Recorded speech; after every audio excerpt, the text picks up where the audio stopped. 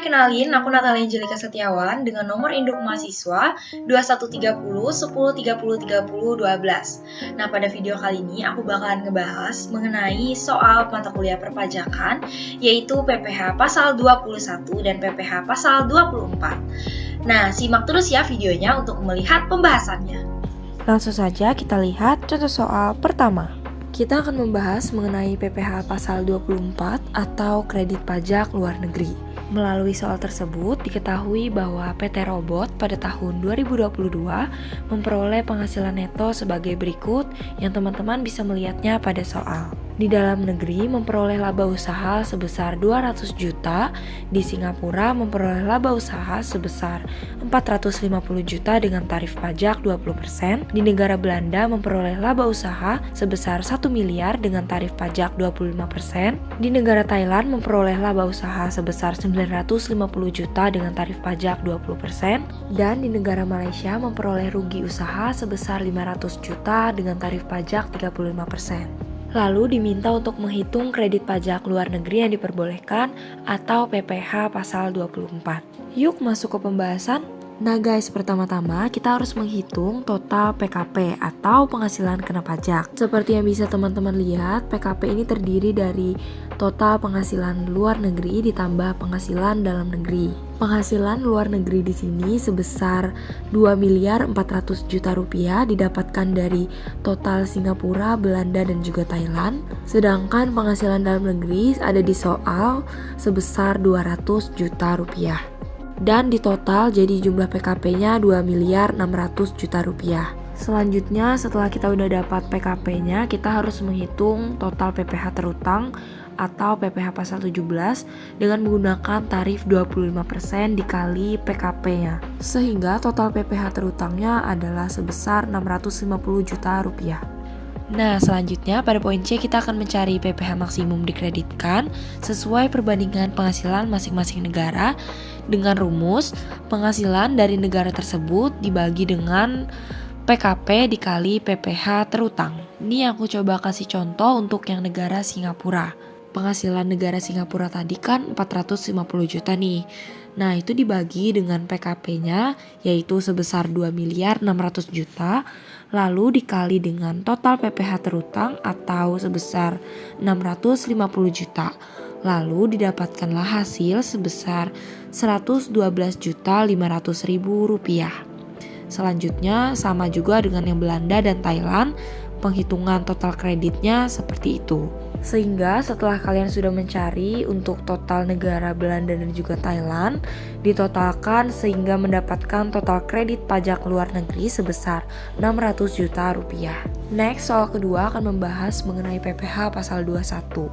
Diminta untuk menghitung PPH pasal 21 untuk bulan Januari sampai Desember apabila telah memiliki NPWP. Yuk langsung aja kita jawab. Nah teman-teman coba perhatikan tabel berikut ini.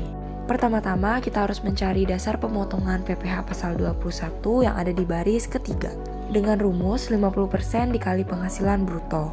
Di bulan Januari dengan penghasilan bruto sebesar 45 juta, maka dasar pemotongan PPH 21-nya 50% dikali 45 juta tersebut, hasilnya sebesar 22 juta 500 rupiah.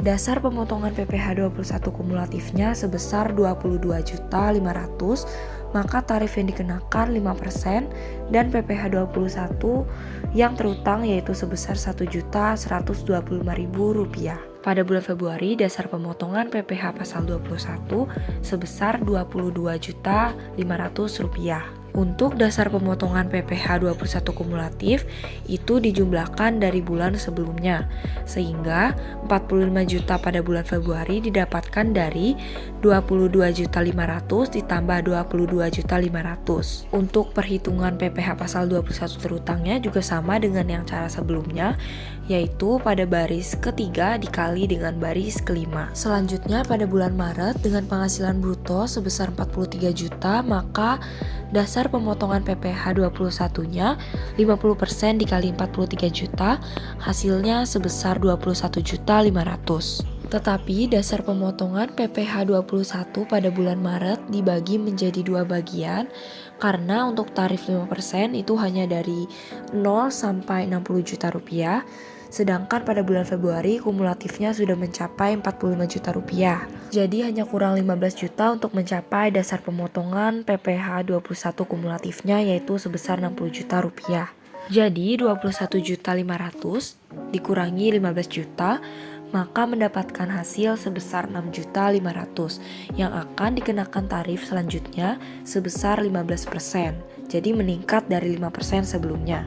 Sehingga dasar pemotongan PPh 21 kumulatifnya sebesar 60 juta dan 66.500.000 rupiah. Lalu kita akan terus menghitung sampai pada bulan November. Kenapa di bulan November terbagi lagi menjadi dua? Itu karena tarifnya yang 15% itu mencapai batas yaitu 250 juta untuk kumulatifnya. Sehingga untuk bulan Desembernya maka akan masuk untuk tarif 25%. Setelah sudah semua, kita akan hitung PPh pasal 21 terutangnya dan mendapatkan nominal Rp40.125.000. Nah, selesai sudah pembahasan mengenai soal PPh pasal 21 dan PPh pasal 24. Semoga penjelasan yang sudah tadi aku jelaskan dapat kalian pahami dengan baik. Oke, terima kasih telah menonton video ini sampai akhir. Jangan lupa kasih like, komen di bawah, subscribe, dan juga share video ini ke teman-teman kalian. Bye-bye!